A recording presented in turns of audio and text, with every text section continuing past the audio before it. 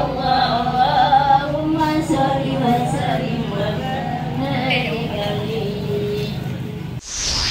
Assalamualaikum warahmatullahi wabarakatuh. Alhamdulillahi rabbil alamin. Wassalatu wassalamu ala asyrafil anbiya wal mursalin. Sayyidina wa habibina wa syafi'ina wa qurrati a'yunina wa maulana Muhammadin wa ala alihi wa sahbihi ajma'in. Rabbi israh li sadri wa yassir li amri wahlul 'uqdatam min lisani yafqahu qawli bi rahmatika ya arhamar rahimin.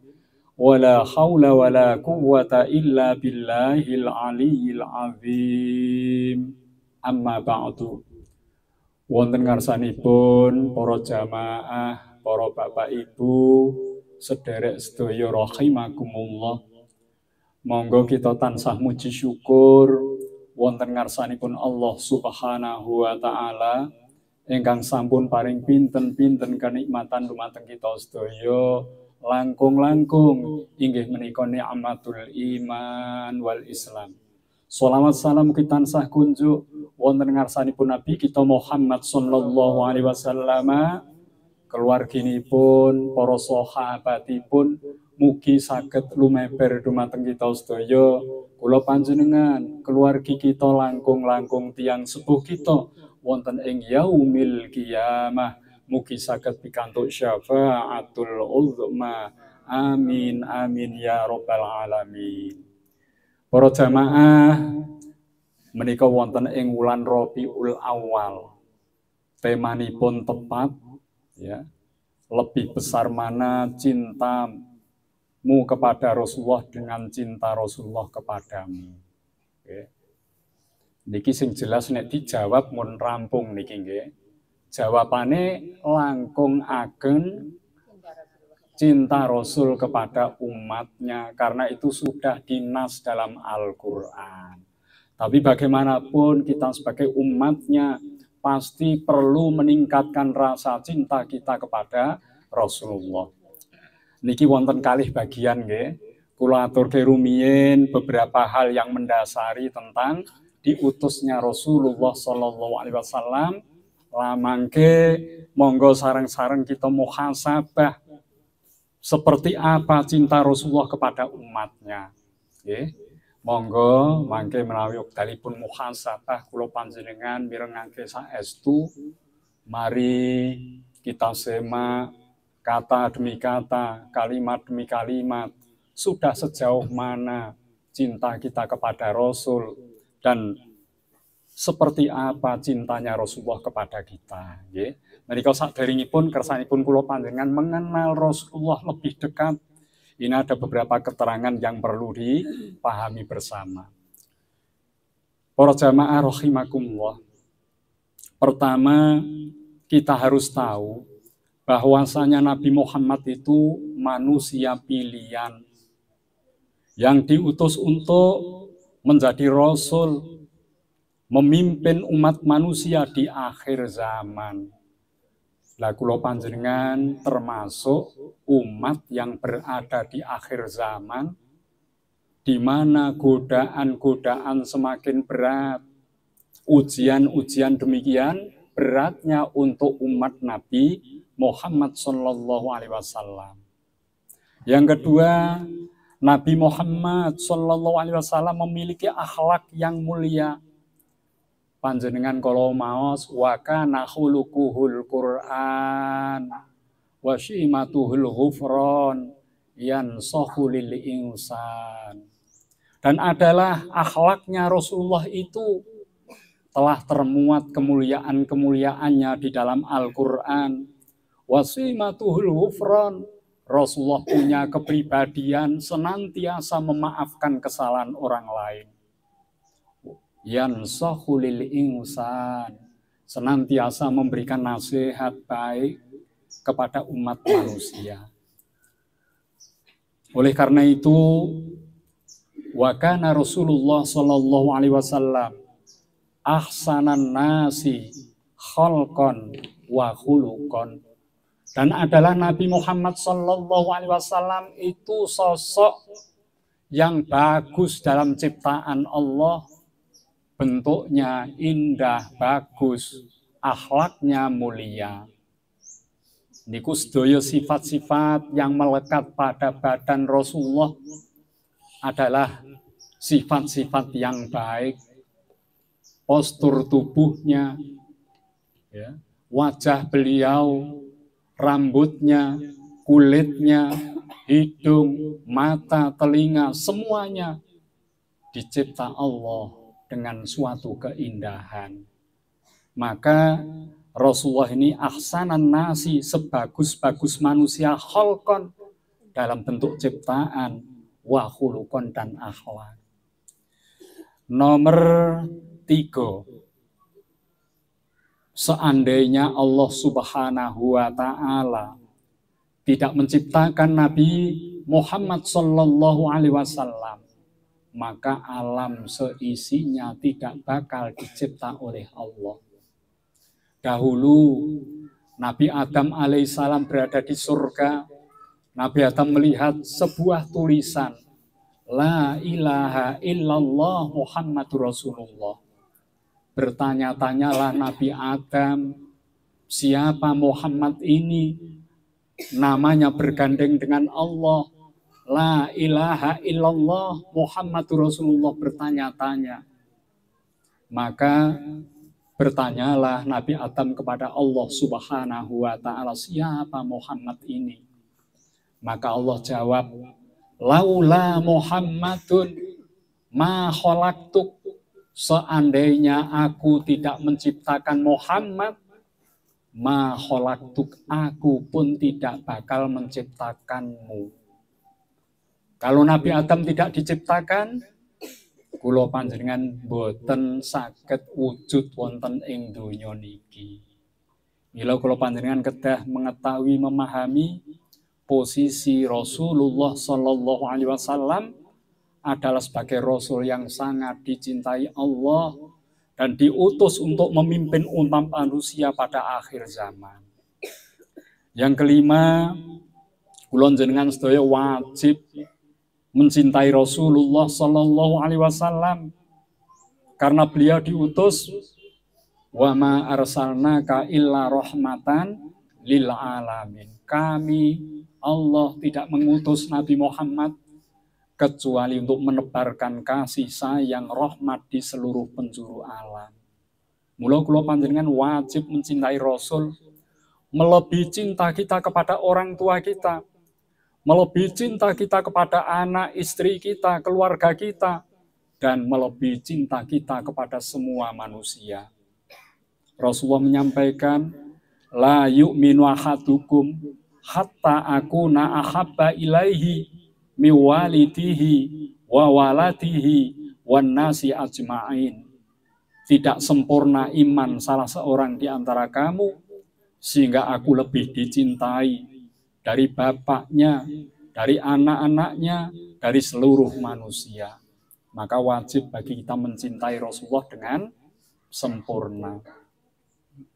Berikutnya, Rasulullah SAW dalam kehidupannya, selama beliau mendapat risalah untuk berdakwah, maka siang malam, hari demi hari dipenuhi untuk berjuang, berdakwah, menyebarkan ajaran Islam, ajaran Allah kepada umat manusia.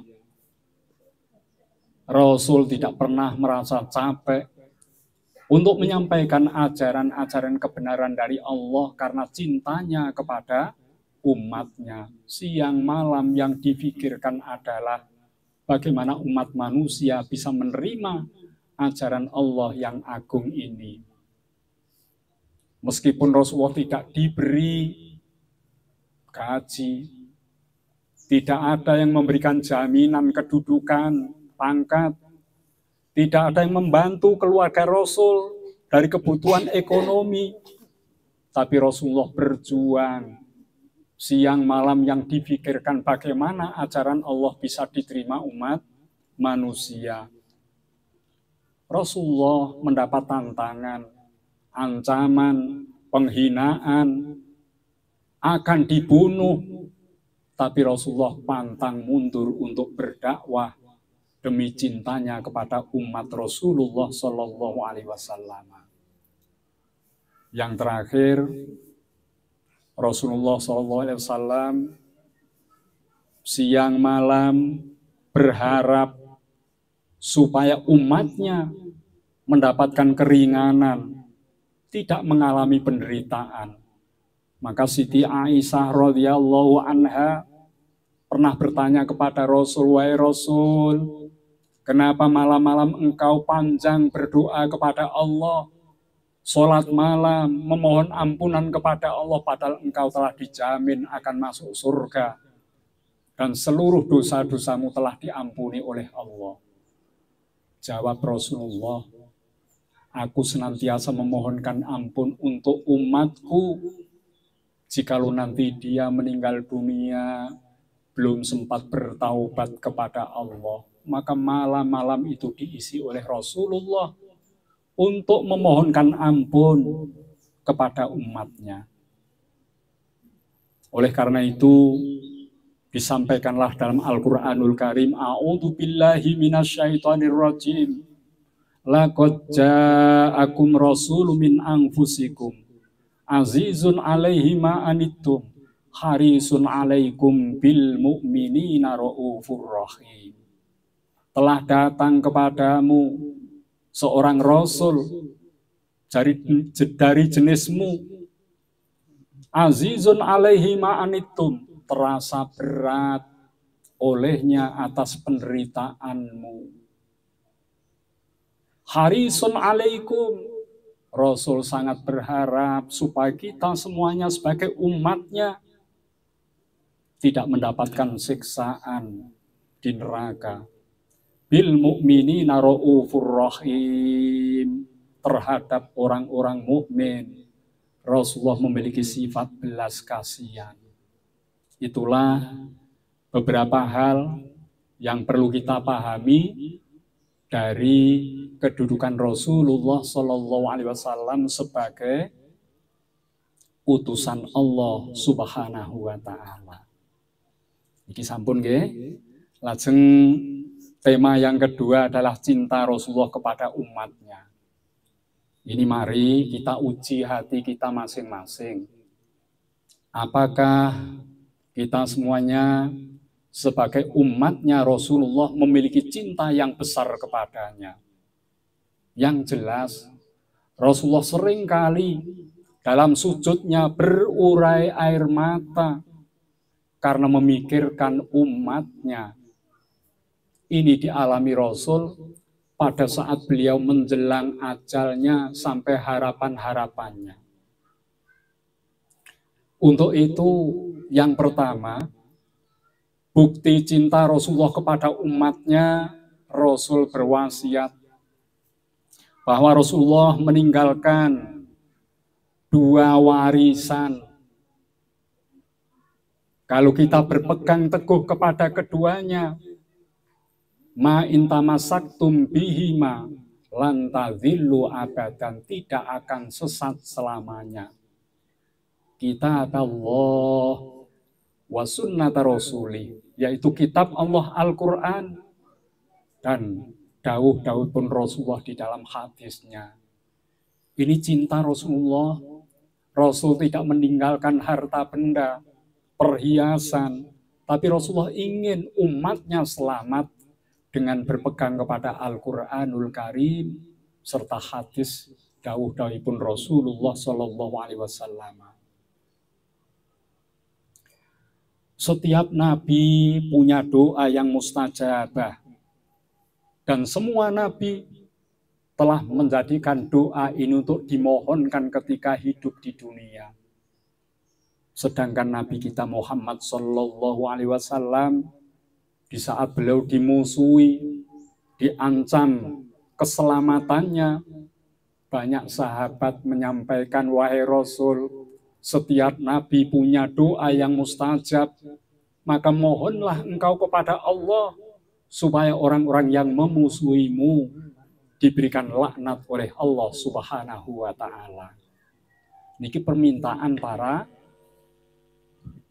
sahabat. Oh nggih. Ini sahabat menyampaikan, wahai Rasul, ya, engkau dalam penderitaan, dimusuhi, diancam keselamatannya, mohonlah kepada Allah sebagai Nabi Rasul yang dahulu telah memohon, punya doa yang mustajab. Bagaimana jawab Rasul? Wahai sahabat-sahabatku, aku simpan doaku untuk kehidupan akhirat nanti. Aku ingin memohon kepada Allah dengan doa yang mustajab, supaya Allah memberikan kesempatan kepadaku untuk memberikan pertolongan kepada umatku, tidak lain adalah syafaat. Niku Rasulullah. Pada waktu Rasulullah SAW berdakwah ke Taif, Taif itu sebelah timurnya Mekah, 95 km. Berjalan kaki Rasulullah menuju Taif. Harapannya penduduk Taif menerima ajaran Islam, karena Islam telah ditolak di Mekah oleh orang kafir Quraisy. Ternyata apa yang terjadi? Rasulullah masuk kota Taif, pintu gerbang dilewatinya disambut dengan lemparan batu. Sampai Rasulullah menderita, berdarah tubuh Rasulullah dengan lemparan batu itu. Sampai Jibril turun, wahai Rasul, jikalau engkau izinkan, seluruh penduduk Taif akan saya timpakan dengan gunung yang besar, supaya mereka semuanya binasa. Jawab Rasul, wahai Jibril, saya tidak diperintah oleh Allah untuk membunuh mereka, tapi diperintah untuk mengajak mereka menuju jalan yang benar. Bahkan Rasul terkenal dengan doanya, Allahumma hdi qaumi fa innahum la ya'lamun. Ya Allah, ampuni dosa kaumku yang telah melempari batu kepadaku, dimohonkan ampun. Fa innahum la ya'lamun, sesungguhnya mereka belum mengenal tentang kebenaran. Itulah luar biasanya sikap pribadi Rasulullah Shallallahu Alaihi Wasallam. Menjelang beliau wafat, beliau belum tenang. Sampai Jibril bertanya kepadanya, kenapa engkau tidak tenang akan kembali kepada Tuhanmu, wahai Rasulullah? Maka Rasul cemas menghadapi kematian ini. Kemudian Jibril menyampaikan, aku berikan hadiah untukmu, wahai Rasulullah, bahwasanya aku pernah mendengar Allah Subhanahu wa Ta'ala berfirman, aku haramkan surga bagi setiap orang kecuali umat Muhammad Sallallahu Alaihi Wasallam telah berada di dalamnya. Barulah Rasulullah merasa tenang dengan ucapan Jibril ini, karena umatnya akan diberi kesempatan untuk masuk surga yang pertama kali. Para jamaah, mari kita tingkatkan muhasabah kita. Yang pertama, saat sakaratul maut menimpa Rasulullah Shallallahu Alaihi Wasallam, muka beliau pucat, bibirnya membiru, beliau ada pada pangkuan istri tercinta Sayyidah Aisyah radhiyallahu anha. Roh telah dicabut oleh malaikat Israel, maka kaki Rasulullah terasa dingin sampai lutut. Rasulullah menyampaikan kepada Jibril, berhentilah wahai Jibril, wahai Israel, untuk mencabut nyawa. Demikian dahsyatnya rasa sakit sakaratul maut. Kata Rasulullah, kematian seperti orang yang ditusuk pedang 300 kali. Kematian seperti orang yang hidup dikuliti. Sehingga Rasulullah menderita betul dengan sakaratul maut. Kemudian Rasulullah menyampaikan, wahai Allah, kalau boleh, rasa sakaratul maut yang seperti ini akan dialami oleh umatku, timpakan semuanya kepadaku, wahai Allah. sehingga umatku tidak merasakan sakit seperti yang aku rasakan sakaratul maut ini. Itulah kecintaan Rasulullah Shallallahu Alaihi Wasallam. Beliau bersabda, demi Allah, aku adalah orang yang mencintai kalian umatku melebihi cintanya orang tuamu kepadamu, melebihi cinta kalian sendiri kepada dirimu. Aku berharap tidak hanya di dunia, di akhirat engkau semuanya sebagai umatku mendapatkan keselamatan, dijauhkan dari azab-azab Allah, siksaan neraka. Itu yang aku harapkan setiap harinya untuk umatku. Seandainya umatku ada yang tertusuk duri di kakinya, maka aku pun merasa sakit, melebihi yang dia rasakan. Suatu saat, Rasulullah SAW bersama Abu Bakar As-Siddiq, beliau menyampaikan, wahai Abu Bakar, aku sangat rindu, aku ingin bertemu dengan saudara-saudaraku. Maka Abu Bakar As-Siddiq menjawab, wahai Rasul, apa yang engkau maksudkan? Kami adalah sahabat-sahabatmu. Maka Rasulullah menyampaikan, benar Abu Bakar, engkau adalah sahabat-sahabatku. Namun yang saya maksud saudara-saudaraku adalah orang yang lahir setelahku. Mereka belum pernah berjumpa denganku. Mereka belum pernah ketemu denganku. Tapi mereka ini punya keyakinan kepada ajaran yang aku bawa. Mereka sangat mencintaiku, melebihi cintanya kepada anak-anak mereka. Aku ingin bersama mereka. Itu tidak lain yang dimaksud adalah umatnya kita semuanya. Dan Rasulullah menyampaikan, sampaikan salamku kepada umatku. Allahumma sholli ala sayyidina Muhammad. Allahumma sholli ala sayyidina Muhammad. Allahumma sholli wa sallim wa barik ala sayyidina Muhammad wa ala ali Muhammad. Para jamaah, kita semuanya sangat dirindukan oleh Rasulullah. Meskipun beliau belum bertemu dengan kita semuanya. Terus Rasulullah berharap dan berjuang agar supaya kita semuanya yang dianggap sebagai saudara-saudara Rasulullah bisa bertemu bersama beliau di dalam surga Allah Subhanahu wa Ta'ala. Ketika sakaratul maut, yang diingat oleh Rasulullah bukan istrinya, bukan anaknya, bukan sanak kerabatnya. Beliau menyampaikan, ummati, ummati, ummati. Disebutlah umatnya 3 kali, menandakan beliau khawatir. Jika umatnya mengalami penderitaan, jika umatnya tidak selamat meniti Shirathul Mustaqim, itulah yang dikhawatirkan oleh Rasulullah SAW terhadap kita semuanya. Pernah Rasulullah SAW sujud di hadapan Allah, memohon kepada Allah, tidak bangkit dari sujudnya. Rasulullah SAW menyampaikan bahwasanya umatnya yang masih mengalami penderitaan di padang mahsyar, beliau mohon kepada Allah diizinkan untuk memberikan syafaat.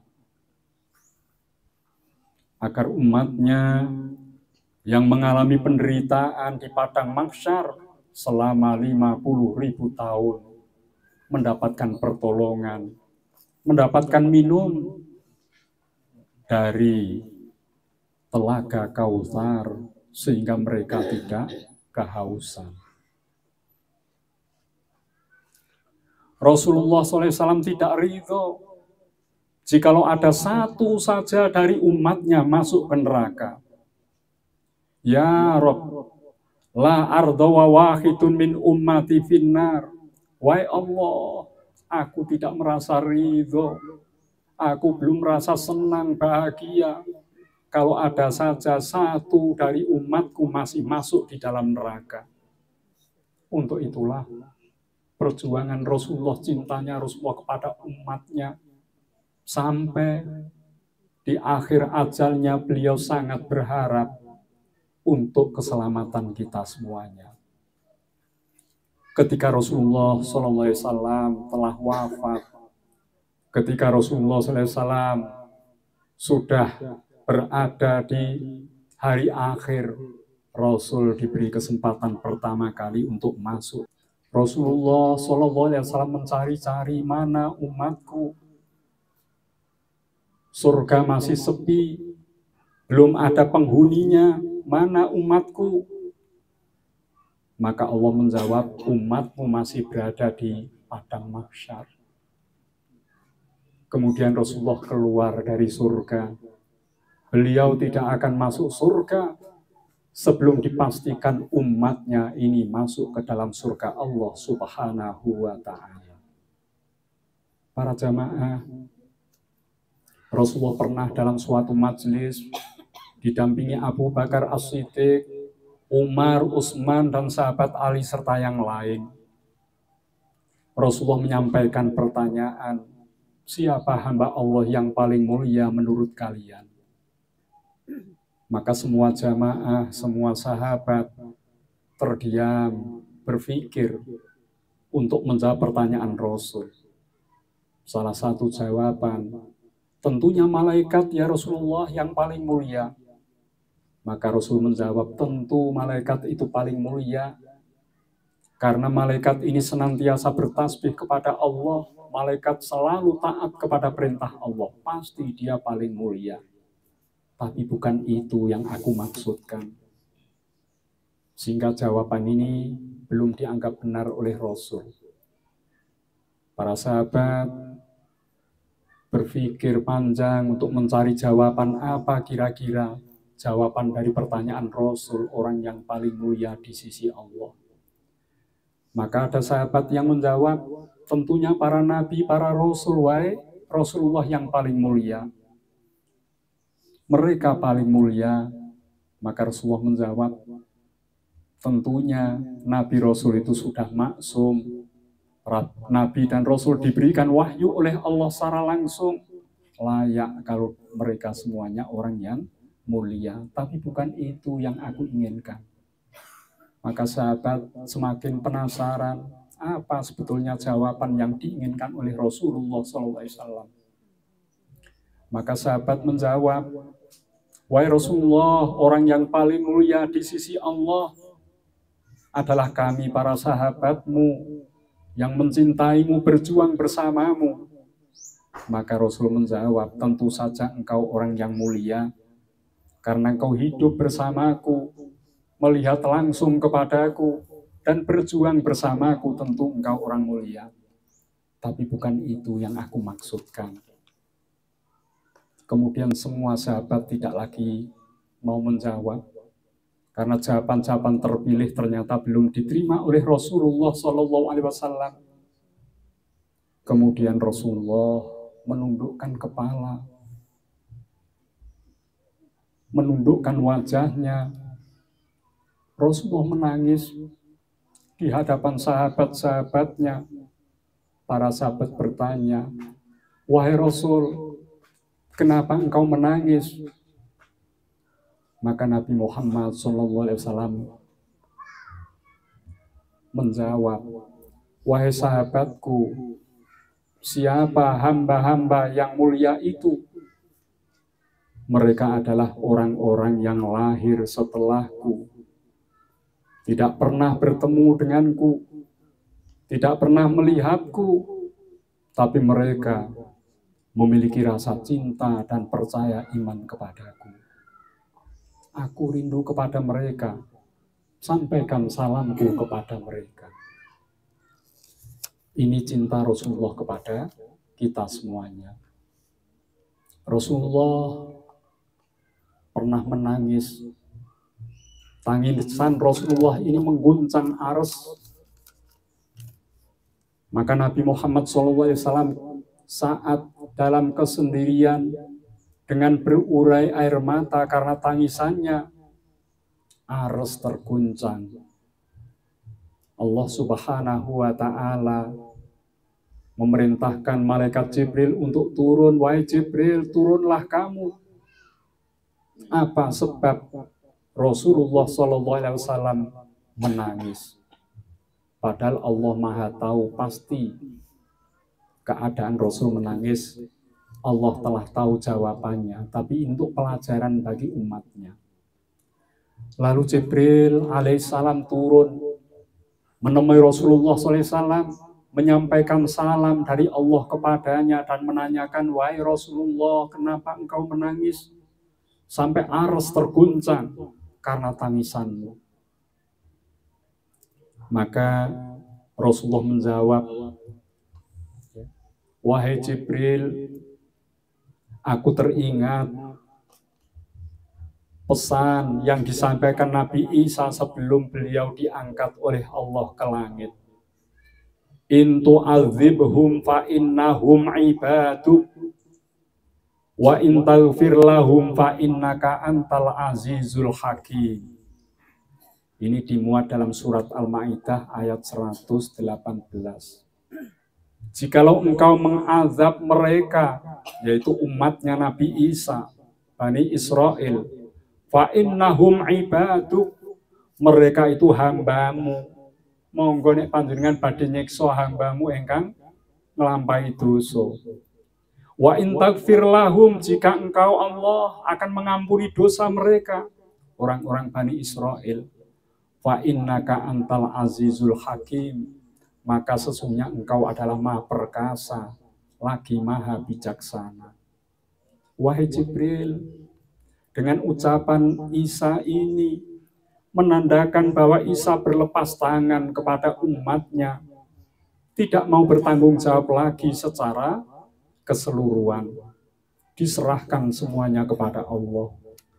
Mau disiksa oleh Allah karena kesalahannya dipersilahkan, mau mendapat ampunan dari Allah pun dipersilahkan oleh kepada Allah Subhanahu wa Ta'ala. Tetapi aku, kata Rasulullah, tidak demikian. Aku tidak mau berpisah dengan umatku di dunia ini kalau belum ada jaminan keselamatan buat umatku dari Allah Subhanahu wa Ta'ala. Maka Jibril kembali menuju kepada Allah, menyampaikan hasil pertemuannya dengan Rasulullah. Wahai Allah, aku telah temui Rasulullah SAW. Dia menangis sampai mengguncangkan arsy karena khawatir umatnya tidak mendapatkan keselamatan. Maka Jibril diperintahkan oleh Allah Subhanahu wa Ta'ala untuk menyampaikan wahyu kepada Rasulullah. Surat Ad-Duha ayat 5. Wala sawfa yu'atika rabbuka fatardha.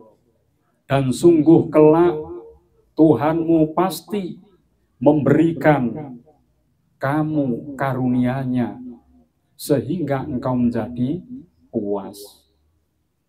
Berkali-kali malaikat Jibril mengulangi kalimat ini. Wala sawfa yu'tika rabbuka fatardha. Wala sawfa yu'tika rabbuka fatardha. Sehingga membuat Rasulullah SAW sujud, tersungkur, menangis, mewujudkan syukur kepada Allah Subhanahu wa Ta'ala.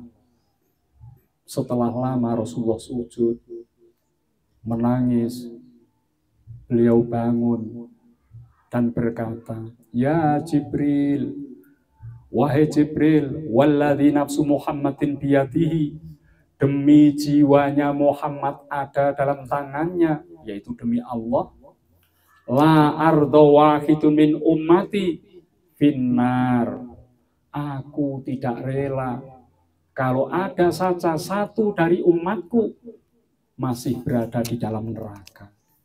Inilah cinta Rasulullah SAW kepada umatnya, kepada kita semuanya. Lalu timbul pertanyaan, sejauh mana cinta kita kepada Rasulullah SAW? Rasulullah memikirkan kita selama beliau hidup, menjelang wafatnya, sampai nanti di akhirat. Perjuangan Rasulullah untuk menyelamatkan kita dari azab Allah luar biasa. Bagaimana dengan cinta kita kepada Rasul? Ketika disebut nama Rasulullah SAW, sudahkah kita beruluk salam, bersolawat kepadanya? Kita sudah bertahun-tahun menjadi umat Rasul. Apakah cinta besar Rasulullah hanya kita sambut dengan sekedarnya saja? Bagaimana anak-anak kita? Mereka mengidolakan bintang film, mereka mengidolakan sosok-sosok yang berprestasi, pemain sepak bola, petinju, dan lainnya. Padahal Rasulullah SAW sangat mengkhawatirkan keselamatan kita semuanya, keselamatan anak-anak kita semuanya. Pantaskah kita mendapatkan pertolongan syafaat dari Rasulullah? Kalau cinta kita kepada Rasul sangatlah kecil. Untuk itu, semoga Allah Subhanahu wa Ta'ala membuka jalan pada hati kita untuk meningkatkan cinta kepada Rasulullah SAW, menerima ajarannya, mengamalkan syariat yang dibawanya. Semoga kita banyak membaca sholawat untuknya. Semoga hidup kita ini terus-menerus bertambah umur, bertambah rasa cinta kasih kita kepada Rasulullah. Sehingga jika Israel datang pada kita untuk mengambil nyawa kita, dikembalikan kepada Allah. Semoga kematian kita mendapat ridho Allah, berakhir dengan husnul khotimah. Allahumma inna nas'aluka bi husnil khotimah. Allahumma inna nas'aluka bi husnil khotimah. Allahumma inna nas'aluka bi husnil khotimah. Para jamaah, mari dari muhasabah ini kita teruskan untuk introspeksi diri. Bagaimana supaya kita menjadi umat yang dibanggakan oleh Rasulullah, menjadi umat yang diharapkan untuk bisa melakukan perintah-perintah Allah dengan ikhlas. Mari terus-menerus kita membangun diri kita menjadi lebih baik. Segenap dosa, kekhilafan, kelalaian kita, semoga mendapatkan ampunan dari Allah Subhanahu wa Ta'ala. Allahumma sholli ala Sayyidina Muhammad. Allahumma sholli wa sallim wa barik ala Sayyidina Muhammad. Allahumma sholli wa sallim wa barik ala Sayyidina Muhammadin wa ala ali Sayyidina Muhammad. Makaten bilih wonten kirang nyuwun pangapunten. Wallahul muwaffiq ila aqwamit thoriq. Wassalamualaikum warahmatullahi wabarakatuh.